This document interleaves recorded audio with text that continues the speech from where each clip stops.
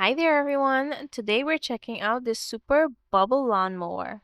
And when you open it, you get all the pieces you need to start the bubble fun. Let's see what's inside. First, we have the bubble solution, three bottles full of bubbly magic. Then we have three manual bubble ones, so you can blow out bubbles by hand if you want. Next up, the wheels. Then we have the handles, and of course, the main body of the lawnmower. The main body is where all the magic happens. Alright, so before we start, we need batteries. They're not included. So I'm using three AA rechargeable batteries. Now, batteries in, wheels on,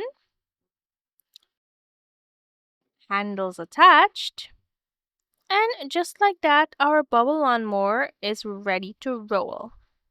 Now for the bubble solution. Just open a bottle and pour it into the compartment in front, where the wand dips and spins. Then push the lawnmower forward after pushing the on button and watch the bubbles explode in the air. Let me get a better angle so you can see the full bubble magic. Look at them floating everywhere. And it's that simple. The kids are going to have so much fun running, chasing, and popping the bubbles. Now, this lawnmower is the ultimate toy for summer days. Thank you so much for watching, and I'll see you in the next one.